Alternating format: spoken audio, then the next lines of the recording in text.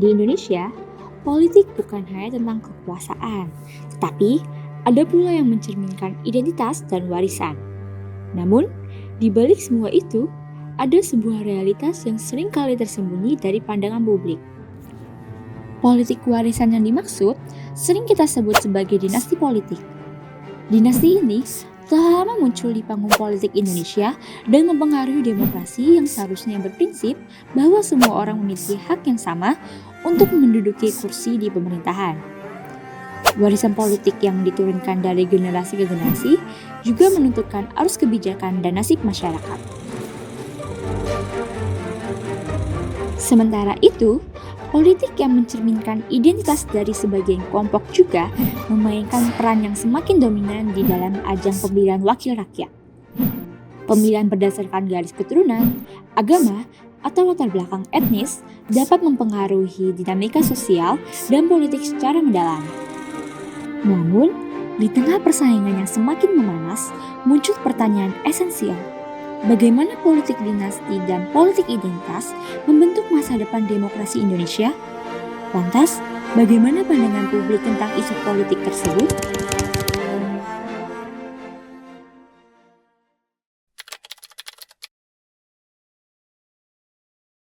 Di politik dinasti itu adalah praktik politik yang dijalankan oleh sekelompok keluarga atau kelompok tertentu kayak gitu, atau kayak bisa dibilang dijalankan oleh sekelompok orang yang memiliki hubungan keluarga di situ.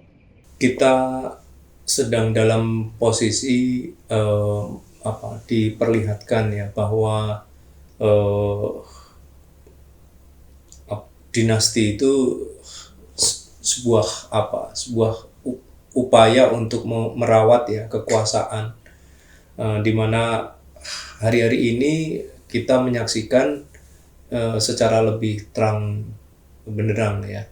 Dan yang membedakan dengan konteks politik masa lalu di masa Orde Baru adalah ketika hari ini menggunakan instrumentasi demokrasi, terutama memanfaatkan lembaga-lembaga negara atau institusi ketatanegaraan lainnya seperti peradilan, parlemen, dan kekuasaan eksekutif.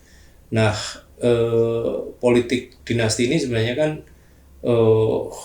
bagian dari upaya merawat kekuasaan di lingkungan keluarga, dari anak, dari orang tua ke anak, turun ke cucu, ya ponaan dan seterusnya. Nah, biasanya tradisi dinasti ini kan tradisi kerajaan atau tradisi yang tumbuh dalam alam politik feodal. Nah, sementara kita berada di negara modern, di mana proses demokratisasinya semestinya berjalan sebagaimana makna dari Undang-Undang Dasar Negara Republik Indonesia yang sudah mendorong ke arah itu sebenarnya. Tetapi kita menyaksikan politik dinasti menguat ya, karena itu tadi memanfaatkan instrumentasi politik ketatanegaraan di Indonesia.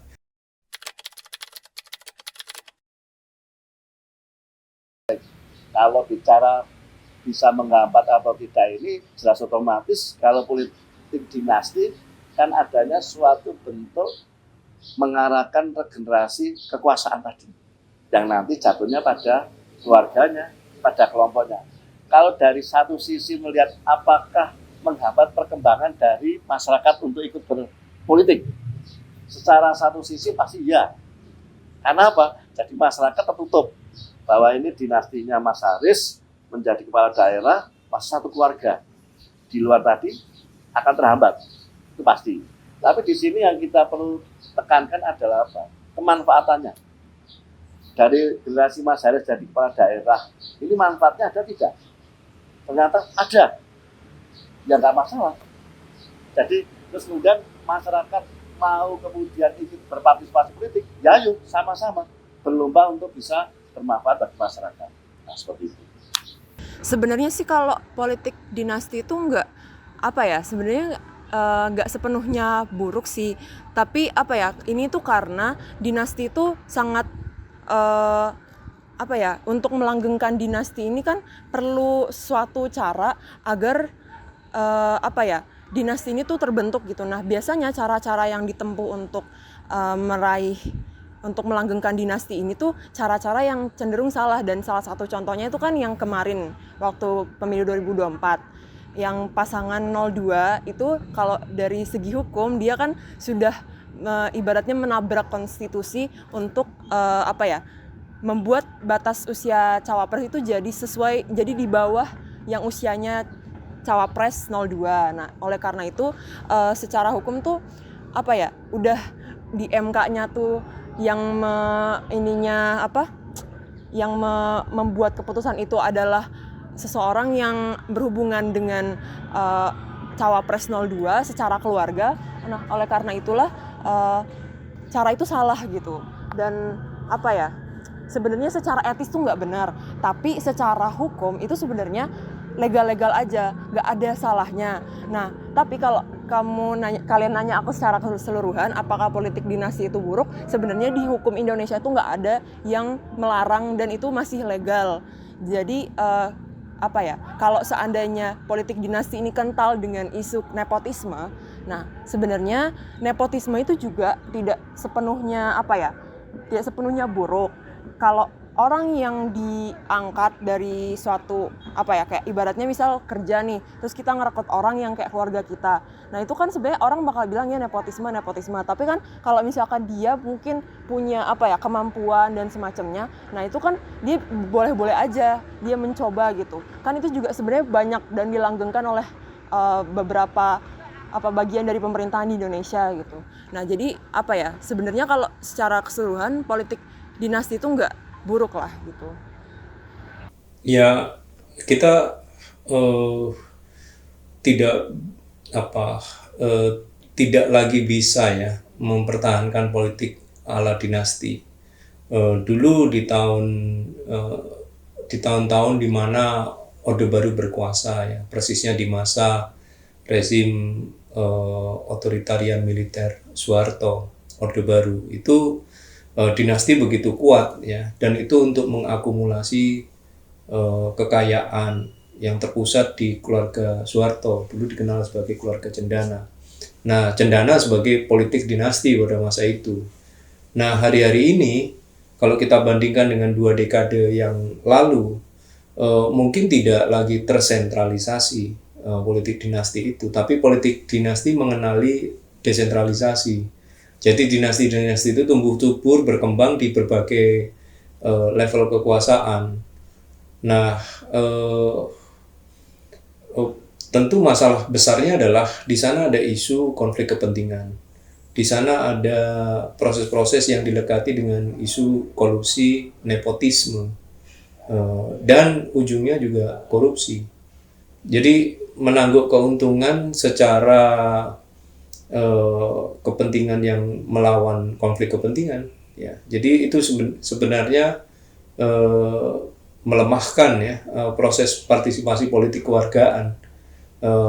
Tidak ada partisipasi politik kewargaan, tidak ada proses pencerdasan, tidak ada proses demokrasi. Bahkan kecenderungannya politik dinasti itu justru mengafirmasi ya kekuatan politik yang sebenarnya menindas ya, dalam sejarahnya. Jadi sejarah politik dinasti itu juga jangan lupa ada sejarah penindasan itu sendiri ya yang seringkali seakan-akan dimoderasi atau didemokratisasikan dengan instrumen ketatanegaraan, tetapi elemen menindasnya itu memang sudah berbeda ya. Kalau dulu sentralisasi Soeharto di masa Orde Baru, siapa yang bertentangan dengan Soeharto ya pasti kalau konsekuensinya bisa dipenjara bahkan mati ya. Makanya dulu ada smiling general. Soeharto kalau senyum kecil, nah itu hati-hati, apalagi senyum besar. Nah, kira-kira gitulah. Ya. Nah, sekarang instrumentasi itu menggunakan instrumen demokrasi. Makanya banyak yang bilang ini masa illiberal demokrasi. Nah, di mana demokrasi dipakai alat untuk menangguk keuntungan segelintir kekuasaan.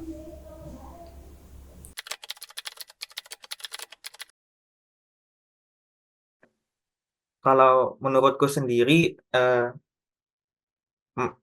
batas umur buat masuk ke pencalonan posisinya yang kasus kemarin itu menurutku sendiri mungkin emang harus direview lagi. Tetapi kalau, misalnya itu diubah gara-gara, eee, calon ini punya hubungan tertentu dengan ketua MK-nya atau, eee, bahkan dengan orang-orang yang lebih tinggi posisinya, itu menurutku kalau secara etis nggak baik gitu sih.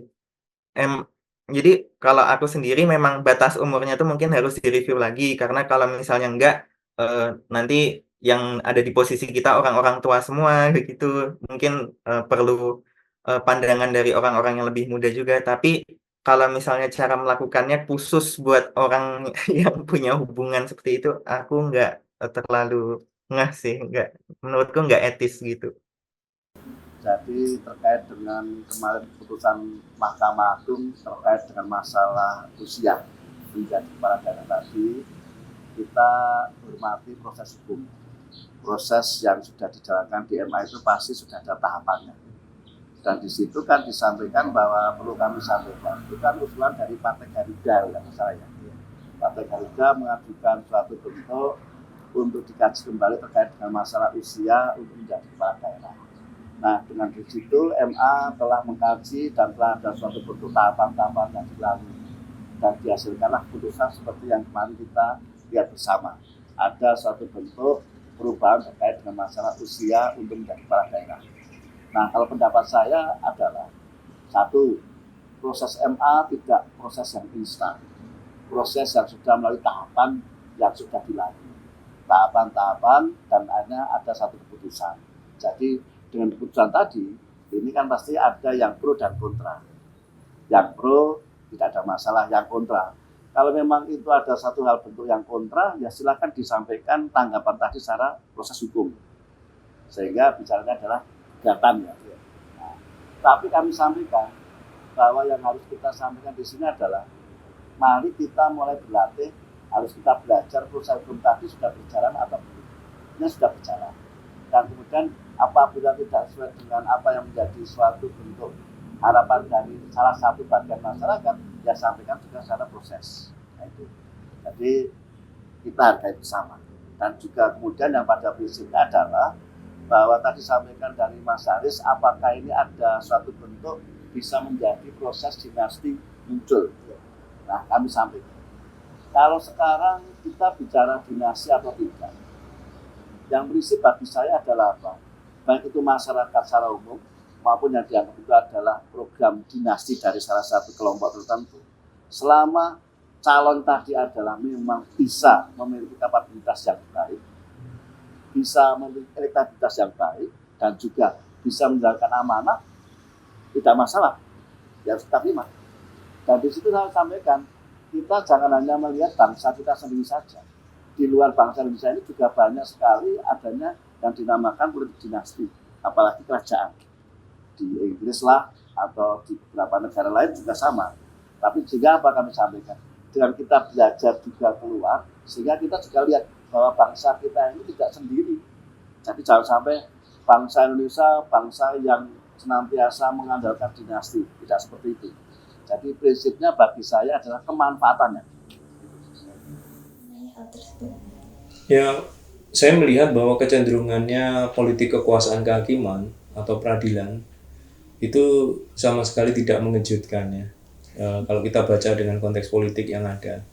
Karena itu pun juga sudah saya teliti, sudah cukup lama, dan juga sudah saya publikasikan dalam jurnal tentang judicialization of authoritarian politics atau politik otoriter yang ditopang oleh kekuasaan kehakiman. Nah, siapa itu kekuasaan kehakiman? Di Republik ini kan ada dua, Mahkamah Konstitusi dan Mahkamah Agung, yang belakangan dipelesetkan Mahkamah Kakak dan Mahkamah Adik lah, kira-kira gitu ya. Jadi ketika pergantian hakim di Mahkamah Konstitusi Aswanto ke Guntur Hamzah, kemudian revisi Undang-Undang MK, kemudian putusan 90 yang kemudian memuluskan jalan Gibran, dan sekarang putusan Mahkamah Agung yang memuluskan jalan Kaisang, itu by design ya, bukan hal yang mengejutkan, karena desain politik dinasti itu sekarang seperti yang tadi saya bilang, memanfaatkan instrumen demokrasi termasuk ketatanegaraan. Nah kalau sekarang tiba-tiba ada putusan begitu, sebenarnya saya nggak terkejut, cuma terkejut sama dosen yang terkejut gitu ya. Heran aja kenapa kok, ya heran lah saya dengan analisis-analisis yang kemudian melihat bahwa wah ini kok begini dan seterusnya lah. Itu nggak perlu heran karena memang desain politiknya sudah ke arah sana. Apalagi dengan statementnya Jokowi yang terkejut, Kaisang daftar gubernur itu ya. Saya merasa ini sandiwara politik yang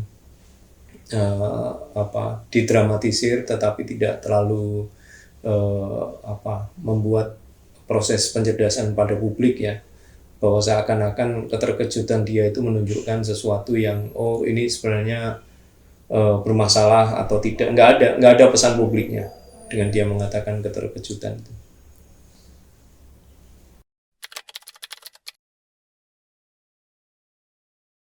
Politik identitas sendiri itu adalah aliran politik yang melibatkan seseorang atau kelompok dengan memakai suatu identitas, seperti etnis, suku, atau agama. Nah, politik identitas sendiri ini juga bisa dimaknai sebagai cara atau strategi dengan menggunakan identitas tadi untuk mendapatkan suatu kekuasaan tertentu. Contohnya kayak mungkin kampanye dalam berbasis kesukuan atau bawa agama tertentu. Ya. Sementara politik identitas itu digunakan secara masif ya. Kita tahu dia menjadi cukup laku ketika berhadapan dengan realitas misalnya menjelang pemilu. Nah, kontestasi elektoral itu memang lahan subur pemanfaatan politik identitas yang sebenarnya sayangnya tidak dipikir oleh para elit ya kekuasaan bahwa dampaknya itu bisa panjang, dia bisa merusak ya, dia bisa mewariskan konflik dan bahkan dia bisa mewariskan pendiskriminasian yang kemudian dilumrahkan. Nah itu yang saya kira kita patut khawatir karena penggunaan politik identitas ataupun politik dinasti sebenarnya mengkhianati ide dasar dari negara ini dibentuk, terutama kalau kita refleksikan dengan sila-sila yang ada di Pancasila ya, misalnya kemanusiaan yang adil dan beradab, kemudian kerakyatan yang dipimpin oleh hikmat, kebijaksanaan dan seterusnya. Jadi saya kira ini jelas melukai ya ide dasar terbentuknya negara.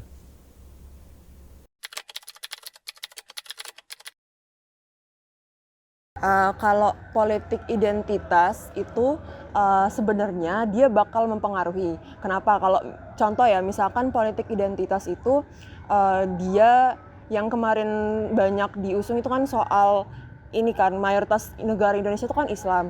Makanya banyak partai politik tuh yang mengusung tokoh-tokoh politik itu yang orang Islam juga, terus dia juga mungkin bisa jadi teladan masyarakat gitu. Nah, sebenarnya ini tuh juga jadi permasalahan yang sering dibahas gitu di Indonesia, kayak ada yang pernah nanya gitu, kalian tuh lebih pilih pemimpin yang ditakutin atau yang dinabikan gitu. Nah, menurutku politik identitas tuh maksud dari kayak pemimpin yang dinabikan itu. Nah, jadi mereka tuh ingin contoh kayak misalnya kan kemarin yang kental banget dengan isu politik identitas itu kan Anies kan, pasangan yang nomor 1. Nah itu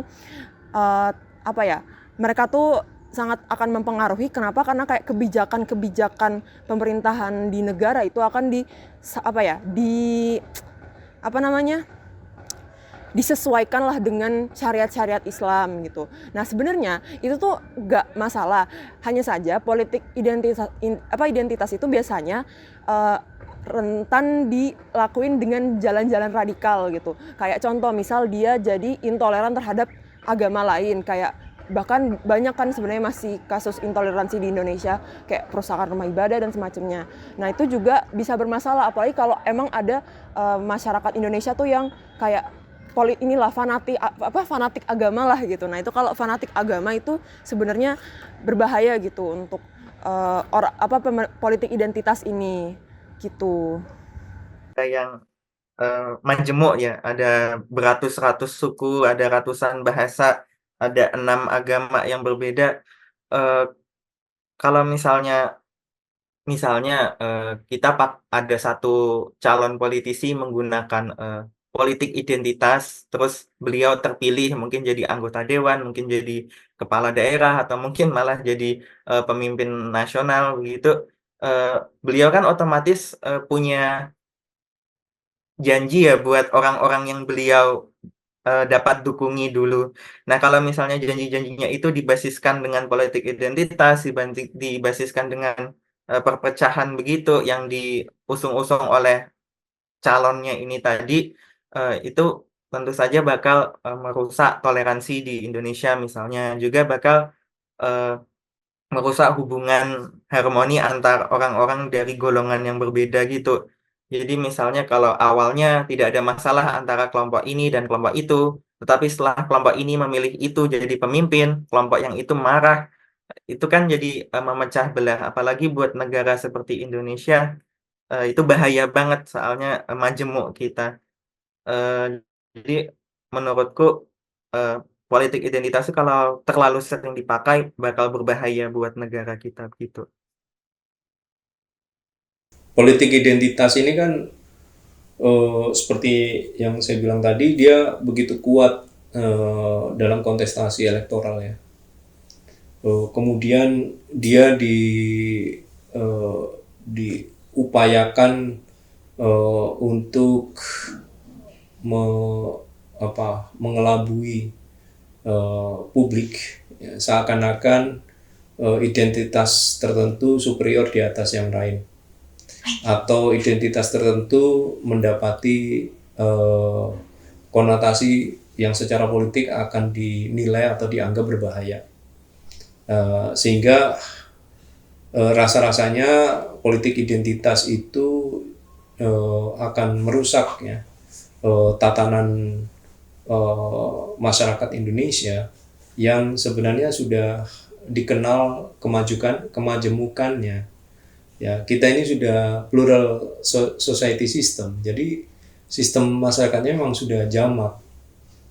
Nah, yang menjadi masalah adalah proses pemaksaan ini juga sama dengan politik dinasti, atau sama dengan bagaimana oligarki menguatkan posisinya ya di dalam kekuasaan.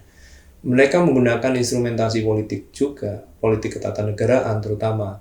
Misalnya membuat peraturan-peraturan daerah yang dilekati dengan embel-embel agama tertentu, atau pelekatan simbol-simbol calon tertentu yang dikaitkan dengan kelompok fundamentalis agama tertentu.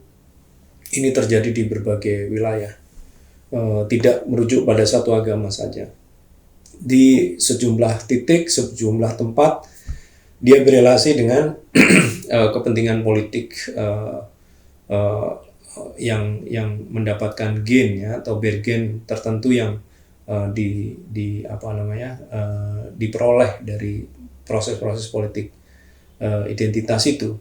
Tetapi saya mau mengingatkan, ada yang lebih berbahaya dan selama ini hendak ditutupi dengan politik identitas, yakni pemanfaatan simbol-simbol agama itu untuk mengaliansikan kepentingan bisnis atau akumulasi modal. Siapa yang mempersoalkan sekarang izin tambang? Siapa yang mempersoalkan bahwa kita tahu tambang-tambang yang merusak dan punya daya pelumpuhan ekologi itu ternyata bisa juga disasarkan ke lembaga-lembaga ormas keagamaan. Nah, dalam situasi seperti ini, mana yang bicara politik identitas? Kan paradoks ya. Jadi fundamentalisme yang justru berbahaya adalah fundamentalisme yang beranak pinakkan oligarki itu. Dia mengakumulasi modal dan represif. Itu jauh lebih berbahaya. Ya, sementara kita tahu bahwa kenyataannya agamanya dipakai simbol atau bahkan topeng untuk menutupi kepentingan sesungguhnya, yakni ekonomi politik kekuasaan.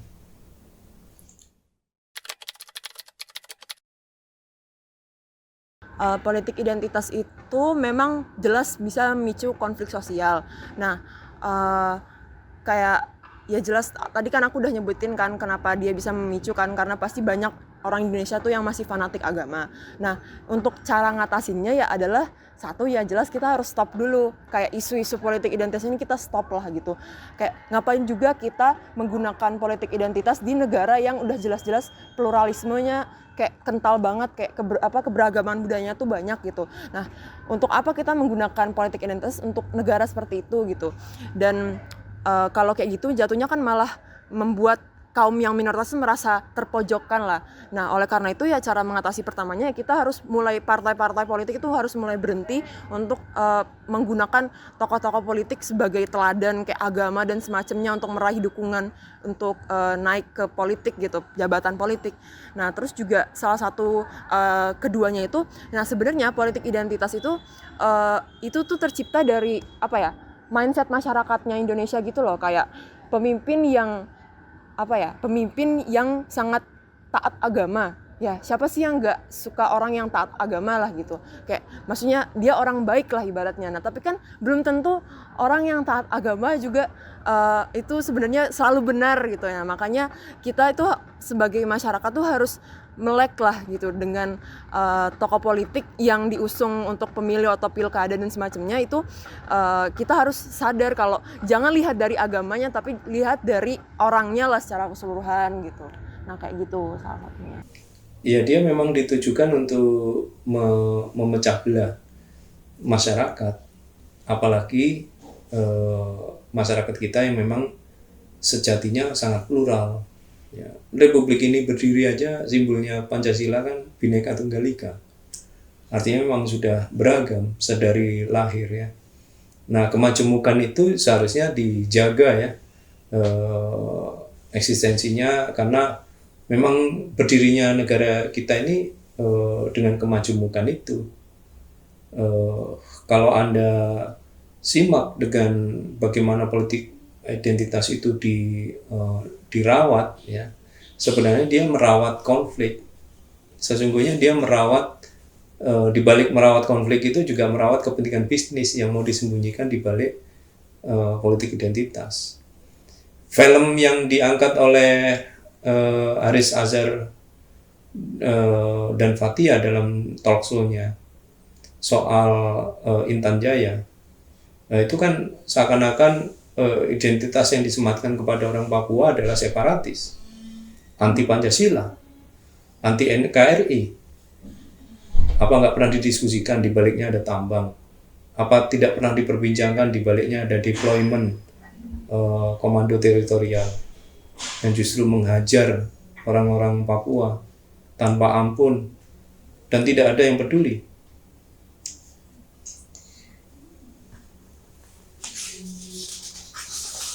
Bagi saya lama-kelamaan ini yang saya sebut dalam artikel yang terbit tahun lalu di Australia. Saya menulisnya sebagai institusionalisasi rasisme di Republik ini. Terbit tulisannya, Anda bisa baca di jurnal itu ya. Nanti saya bisa share artikelnya. Jadi lama-lama lembaga negara ini menginstitusionalisasi dirinya untuk kepentingan rasisme.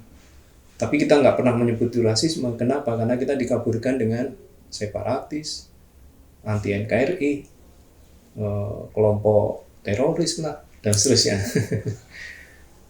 Sementara nggak ada yang serius ngomong izin tambang, militerisasi, kembalinya pembungkaman demokrasi dengan upaya-upaya yang sangat eksesif dalam peraturan undang-undangan dan seterusnya.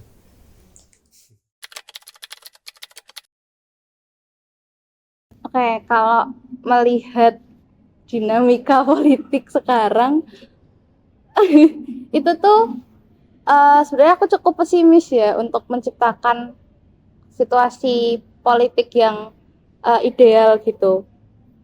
Jadi jawabannya adalah pesimis gitu akan terwujud dalam waktu dekat-dekat ini, karena kalau melihat indikatornya adalah pemerintahan yang sekarang atau bahkan pemilu kemarin kan ditemukan banyak sekali pelanggaran etik mungkin, terus kayak praktik-praktik money politik yang bahkan sampai sekarang tidak diusut dengan jelas kayak gitu. Nah, itu tuh cukup menggambarkan kondisi perpolitikan beberapa tahun ke depan gitu, dan hal yang seperti itu tuh cenderung berpola. Jadi kayak kalau kita melihat bahkan dari awal-awal kemerdekaan itu tuh kayak praktik-praktik seperti politik dinasti, terus politik identitas itu sudah berkembang dan sampai sekarang pun juga masih terasa kayak gitu ya.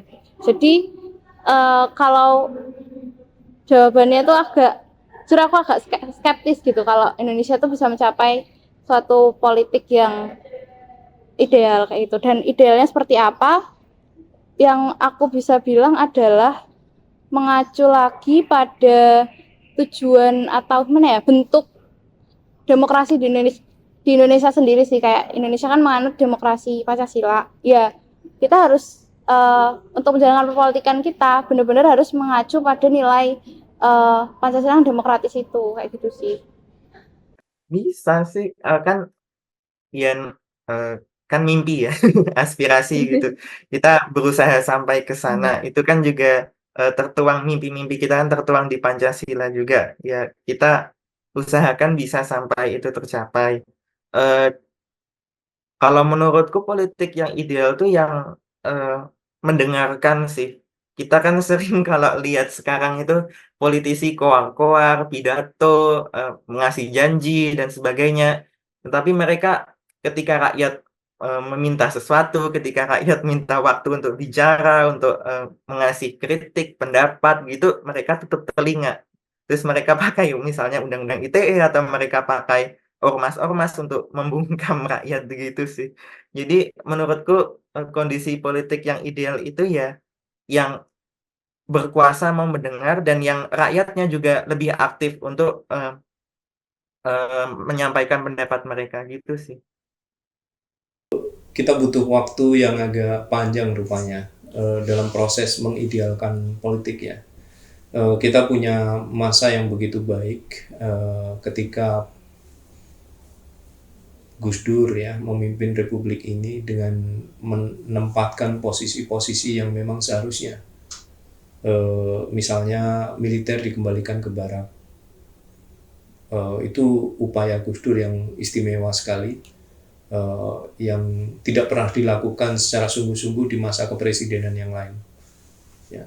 Hari ini apa yang terjadi? Bukan duifungsi seperti Orde Baru, tapi multifungsi ya. Itu kan menunjukkan nggak paham dia esensi dari kenapa tidak duifungsi.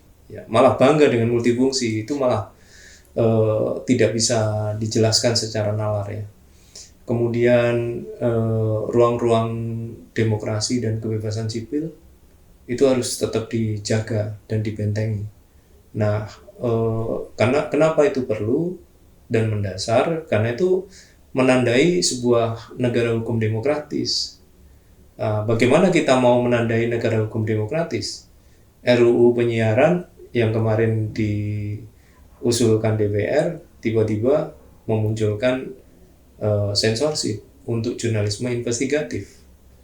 Tiba-tiba ada Dewan Media Sosial. Tiba-tiba ada kewenangan pembungkaman di media sosial oleh RUU Kepolisian. Tiba-tiba multifungsi di RUU TNI. Dan banyak tiba-tiba yang lain. Kenapa banyak tiba-tiba? Karena desain politik kita di dalam legislasi itu autocratic legalism.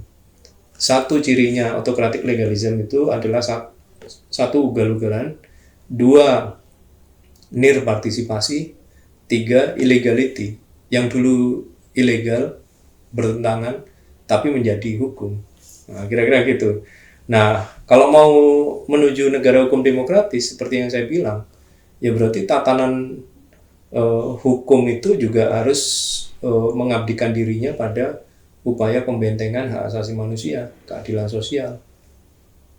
Itu yang penting paling awal ya, signal awal menuju negara hukum demokratis. Nah, signal-signal yang paling mendasar ini kan lagi bukan hanya dilemahkan ya, bahkan dimatikan hari-hari ini. Ya, itu. Jadi kalau mau menjawab pertanyaan Anda, bagaimana menuju negara hukum demokratis yang diidealkan, ya nggak ada pilihan lain. Yang paling minimum, yang paling mendasar itu sudah harus tetap kuat dibentengi. Ya. Mungkin dalam skala yang kecil, kita di dunia kampus, kita harus punya kebebasan akademik, misalnya begitu. Gimana cerita kampus merdeka tapi nggak ada kebebasan akademik? Itu kan kontradiktio interminis ya, bertentangan dengan esensialnya. Mau perjuangan UKT aja diskors, ada yang dipenjara lah, ada yang macam-macam lah. Jadi nggak ada dalam narasi sejarah itu mahasiswa mengungkapkan ekspresi politiknya secara kritis terhadap negara, kemudian dia menjadi lumpuh kampusnya. Justru kampus-kampus itu terbangkitkan kesadaran politiknya menjadi kampus yang justru paling ideal, modern, dan membangkitkan kesadaran kritis para ilmuwannya. Ya, bukan menancapkan feodalisme seumur hidup di tengah kampus yang mestinya harus merefleksikan demokratisasinya.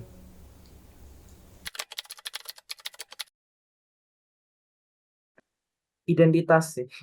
Dinasti dinasti itu kayaknya memang expected ya. Kita kalau misalnya punya perusahaan terus kita cuma kenal kita tahu adik kita atau kakak kita itu lebih terpercaya dari orang itu kita cenderung memilih mereka walaupun sebenarnya banyak orang yang lain yang lebih berhak gitu. Dan itu mungkin lewat regulasi bisa diperbaiki. Kalau politik identitas itu sudah mengancam kesatuan negara dari intinya, dari hubungan antar masyarakat di seluruh negara dari Sabang sampai Merauke. Jadi kalau misalnya politik dinasti mungkin masih bisa diperbaiki lewat regulasi, lewat undang-undang, tapi kalau politik identitas itu jauh lebih mengancam dan memperbaikinya jauh lebih susah. Gitu sih. Kayak kalau membahas demokrasi ya pasti udah jelas politik dinasti. Karena jika demokrasi itu tuh punya arti kekuasaan politik pemerintahan kan jangan oleh rakyat, untuk rakyat dan dari rakyat. Sorry, kebalik. Tapi kalau politik dinasti ini tuh menciptakan pragmatisme politik gitu loh, dengan mendorong kalangan kepala daerah atau yang berkuasa saat itu tuh menjadikan keluarganya gitu sebagai yang masuk ke dalam kepemimpinan kayak gitulah. Jadi kayak ya jadinya nggak dari rakyat, oleh rakyat dan untuk rakyat dong, karena yang mewakili rakyat tuh sih orangnya itu terus kayak gitu. Jadi jawabanku itu politik dinasti lebih berbahaya. Ya, baik. Ini kembali kalau tadi sempat Mas Haris menyinggung Pancasila. Ya. Jadi kalau tadi lebih berbahaya mana? Kalau saya sampaikan, ini tergantung pemimpin yang menerapkan. Kalau pemimpin tadi adalah bicara identitas, berbahaya. Kalau pemimpin tadi mengandalkan dinasti, berbahaya. Nah, di sini saya sampaikan, kalau saya di sini yang perlu kami tekankan adalah apa? Yaitu kalau benar-benar kita bicara Pancasila ini sudah ada dalam diri masing-masing. Seperti Mas Haris, rekan-rekan UGM. Jadi di sini jangan hanya bicara apal Pancasila dari pasal 1 sampai 5, sila pertama sampai sila 5, tapi benar-benar bisa ada. Nah, ini kalau saya sampaikan, berbahaya yang mana? Tidak akan berbahaya selama dari rekan-rekan pemimpin yang ada di bangsa kita ini sudah sesuai dengan Pancasila tadi.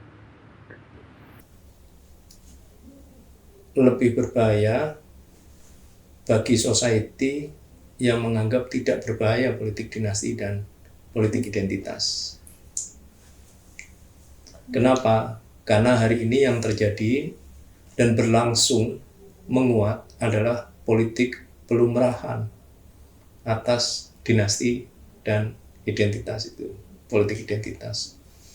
Jadi bagi saya yang berbahaya itu, pertanyaannya, kenapa kok bisa terjadi politik pelumrahan? Karena yang belakangan kuat terjadi adalah ini yang saya agak khawatir, karena dunia intelektual, dunia kesadaran kritis yang semestinya dibangkitkan oleh para scholar itu juga ikut-ikutan betrayal, mengkhianati. Mereka yang menjadikan situasi penormalan itu. Siapa mereka ya? Bisa dosen, bisa kelompok kaum terdidik, mereka yang hanya memanfaatkan kesempatan duduk di kekuasaan, mereka yang menjajakan intelektualismenya pada kekuasaan. Nah, itu yang menurut saya tanda-tanda berbahayanya Republik ini atas keduanya itu.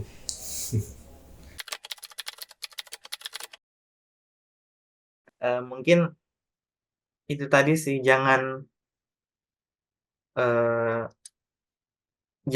kolot hanya melihat posisi kita aja ketika besok kita sudah berkuasa. Jangan kolot pikirin apa yang kita mau, apa yang pengen kita lakukan. Karena kalau misalnya kita jadi politisi, kita jadi pemimpin, kita kan seharusnya merepresentasi rakyat, merepresentasi yang udah milih kita gitu. Jadi tolong didengarkan apa yang rakyat minta, jangan main kata, jangan sembarang ngomong aja. Itu mandat politisi untuk menjaga kesatuan, menjaga harmonisme, tapi juga untuk mendengarkan aspirasi rakyat. Dan kalau misalnya menyentuh ke dinasti politik, kalau misalnya ada posisi kosong dan rakyat itu berhak untuk dapat itu, tidak peduli hubungannya dengan Anda, ya Anda harus terbuka, Anda harus egaliter lah gitu. Jadi intinya jangan egois. Ada rakyat di belakang kalian dan tolong dengarkan apa yang rakyat minta, gitu aja sih kalau dari pendapatku sendiri. Yang pertama, generasi muda itu aku gambarkan atau aku definisikan sebagai mungkin mahasiswa seumuran kita atau anak-anak SMA.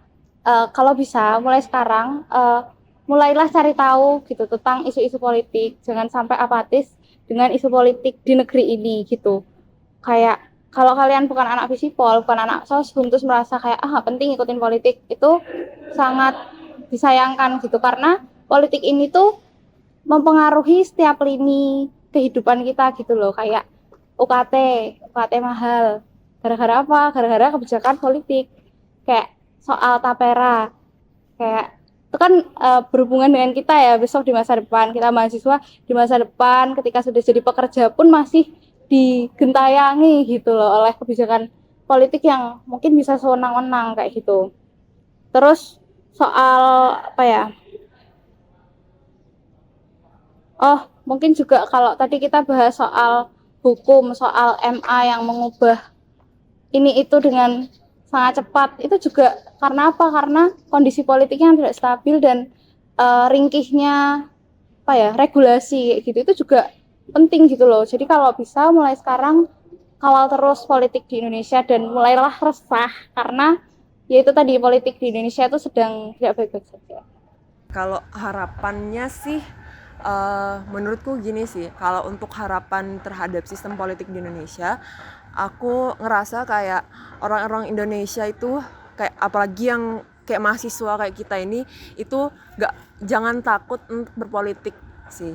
Karena kalau kita takut tuh nanti yang berani itu yang jahat-jahat lah ibaratnya gitu, yang punya niat-niat jelek lah terhadap Indonesia gitu, ingin menguasai Indonesia sendiri. Nah itu menurutku mahasiswa itu terlepas dari fakultasnya atau jurusannya, itu semua orang tuh boleh berpolitik gitu. Memang mungkin caranya sulit untuk mencapai posisi yang diinginkan. Nah tapi kan banyak menurutku kayak tokoh politik di Indonesia tuh yang mulai dari bawah dan dia juga awalnya bukan siapa-siapa dan dia tetap ingin tulus gitu, ingin kebaikan untuk Indonesia. Nah itu kan juga banyak gitu yang kayak gitu. Dan seringkali kan politik itu tadi sesuai yang aku bilang dikonotasikan negatif kan. Nah kita tuh sebenarnya jangan seperti itu, kayak karena kalau kita kayak gitu kita kayak seperti tidak peduli lah dengan Indonesia gitu, politiknya Indonesia, kayak kita hopeless dengan negara Indonesia. Nah itu kita harus mindset dari mahasiswa itu jangan takut, terus jangan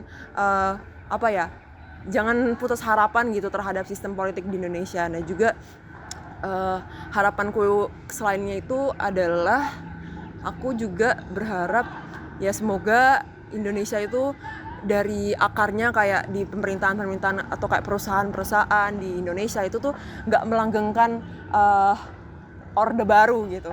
Kayak karena orde baru itu kan emang kayak PR lah untuk masyarakat Indonesia gitu. Kita emang harus selalu melanggengkan cita-cita reformasi. Nah, oleh karena itu begitu negara Indonesia ini mulai ke arah neo-orba, kayak yang dimana orba ini sangat merusak sistem politik Indonesia.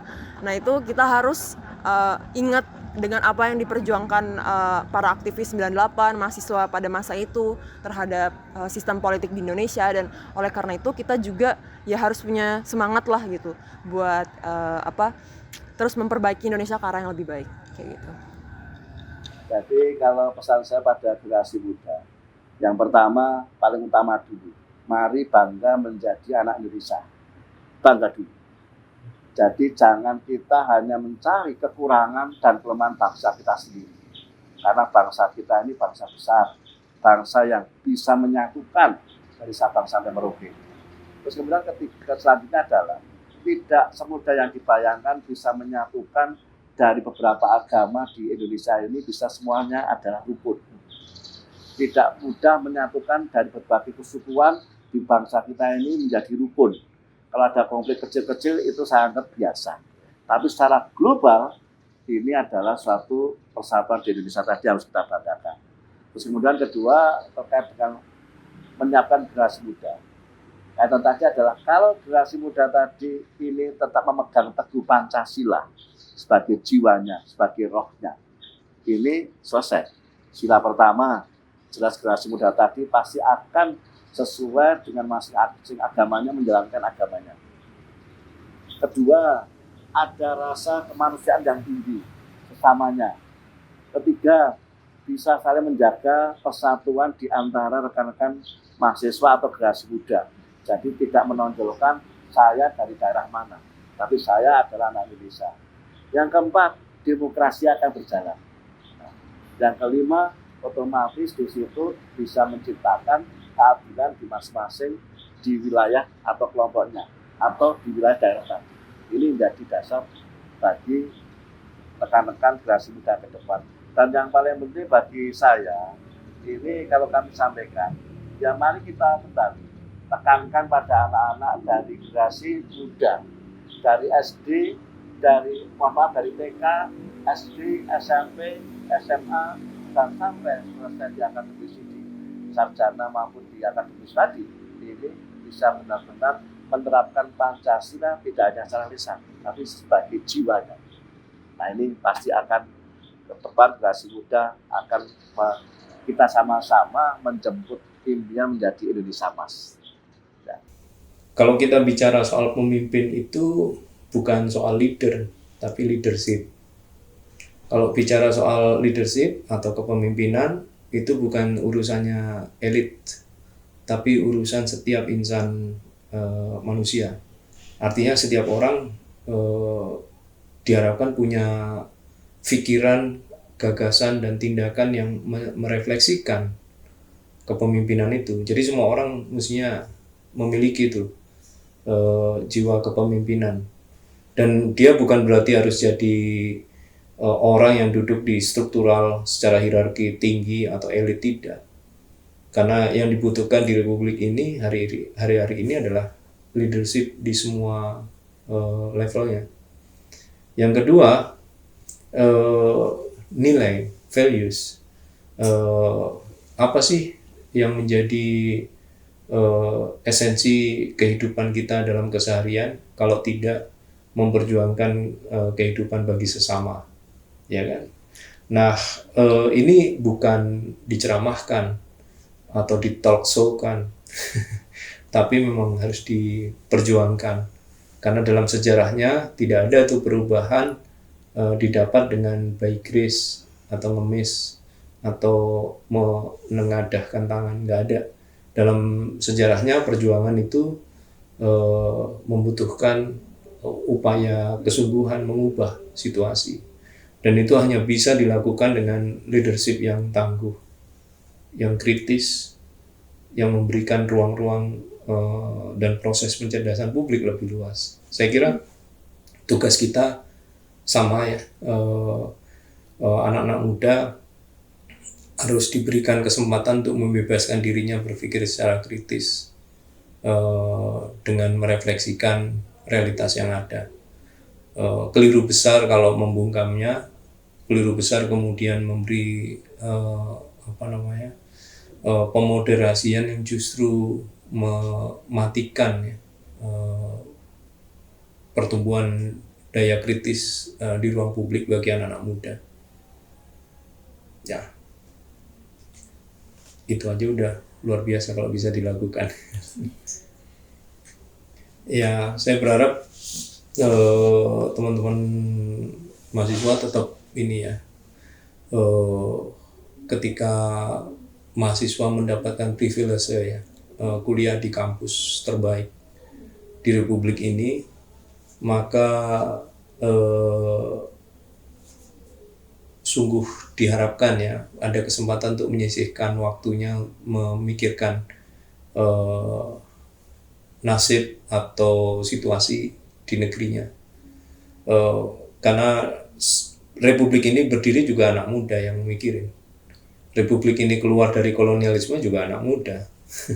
Mereka membangkitkan kesadaran dengan ragam cara, tidak hanya sekedar protes jalanan, tapi juga menulis, juga duduk menguasai bahasa-bahasa untuk menandingi diskursus yang ada dan seterusnya. Jadi banyak hal yang sebenarnya masih mungkin dilakukan, dan ini maknanya adalah mengharap mahasiswa tidak sekedar